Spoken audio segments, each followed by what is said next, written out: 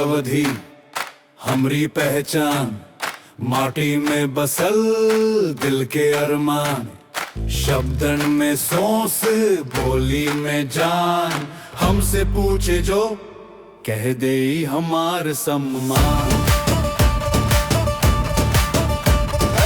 अम्मा की लोरी बाबूजी की बात, हर सीख में बसल जीवन के पाठ, खेतन में सपना मेहनत के साथ, माथे पे धूप आखिन में रात, हंसी में मिठास बोली में मान, सीधे दिल से निकले हर एक बयान, ना बनावट ना दिखावा, जो दिल बोले वही निभावा।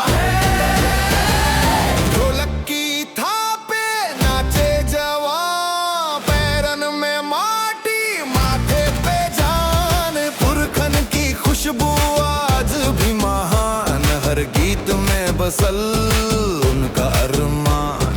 नया जमाना नई ही तान, पर जड़ में बसल हमारी पहचान।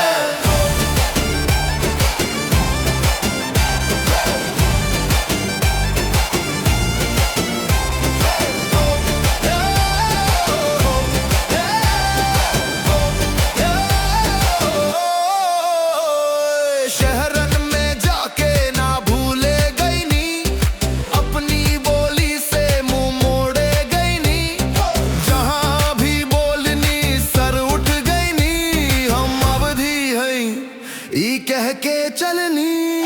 नई हवा पर जड़ पुरान, यही संतुलन यही पहचान, ना कम हम ना पिछड़ा सोच, हमारी बोली में भविष्य के लोच, कल भी बोले आज भी बोले, हमारी अवधि हर युग डोले।